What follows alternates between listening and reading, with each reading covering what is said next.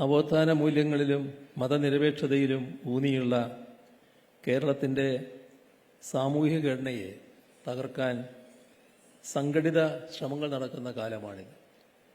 ഇത് നാം ഗൗരവമായി കാണേണ്ട ഒരു കാര്യമാണ്. ഇപ്പോൾ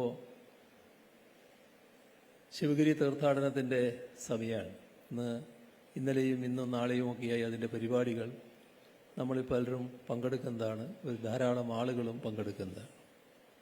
ജാതിഭേദം മതദ്വേഷം ഏതുമില്ലാതെ സർവരും സോദരത്വേന വാഴുന്ന ഒരു മാതൃകാസ്ഥാനം ഇവിടെ സൃഷ്ടിക്കാനാണ് ശ്രീനാരായണ ഗുരു ശ്രമിച്ചത്.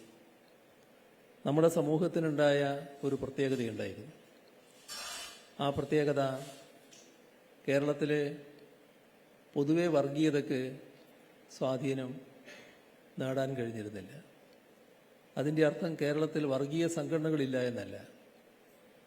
വർഗീയ സംഘടനകൾ കേരളത്തിൽ ആദ്യമേ പ്രവർത്തിക്കുന്നുണ്ട്. അതിൽ ചിലർ രാജ്യത്തെ തന്നെ ഏറ്റവും കരുത്തുറ്റ സംഘടനാ രൂപം കേരളത്തിലാണ് എന്ന് നല്ലതുപോലെ അഹങ്കരിക്കുന്നവരുമാണ്.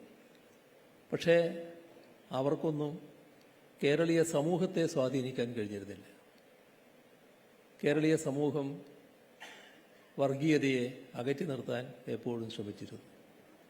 അതിന് നവോത്ഥാന കാലത്ത് ഉയർത്തിയ മുദ്രാവാക്യങ്ങളും അതിൻ്റെ ശരിയായ തുടർച്ചയോടുകൂടി കേരളത്തിൽ നടന്ന മറ്റു പ്രവർത്തനങ്ങളും എല്ലാം ഇത്തരമൊരു സ്ഥിതിവിശേഷം ഉണ്ടാക്കുന്നതിന് ഇടയാക്കിയിട്ടുണ്ട്. അതിൻ്റെ ഭാഗമായി വർഗീയതയുടെ ആപത്ത് നമ്മുടെ രാജ്യത്തിൻ്റെ മറ്റു ഭാഗങ്ങളിലെല്ലാം വലിയ തോതിൽ ഉയർന്നു വരുമ്പോഴും കേരളം ഒരൊറ്റപ്പെട്ട തുരുത്തായി നിൽക്കുകയായിരുന്നു. അതിലെ ഒരു ഘടകം ഈ സംസ്ഥാനത്തിലെ ഇടതുപക്ഷത്തിൻ്റെ സ്വാധീനവും കരുത്തുമായിരുന്നു. നമ്മുടെ സംസ്ഥാനം തീർത്തും വേറിട്ട് നിൽക്കുന്നു. ഇവിടെ ഒരു ഭേദചിന്തയുമില്ലാതെ സോദരത്വേന വാഴാൻ കഴിയുന്ന ഒരു നാടായി നിൽക്കുന്നു. ഇതൊന്നും ഇന്നത്തെ ദേശീയ സാഹചര്യത്തിൽ പലയിടത്തും സ്വപ്നം കാണാൻ പോലും കഴിയാത്ത ഒന്നാണ്. പക്ഷേ നമ്മുടെ നാടിൻ്റെ യാഥാർത്ഥ്യം ഇതായിരുന്നു. എന്നാൽ മെല്ലെ മെല്ലെ ആ വർഗീയത ചെറിയ തോതിൽ ആളുകളെ സ്വാധീനിക്കുന്ന സ്ഥിതിയിലേക്ക് വന്നിരിക്കുന്നു. തീർത്തും അസ്വീകാര്യമായി നിർത്തിയിരുന്ന സ്ഥാനത്ത് ചെറിയ തോതിലുള്ള സ്വീകാര്യത വർഗീയതയ്ക്ക് വരുന്നില്ലേ?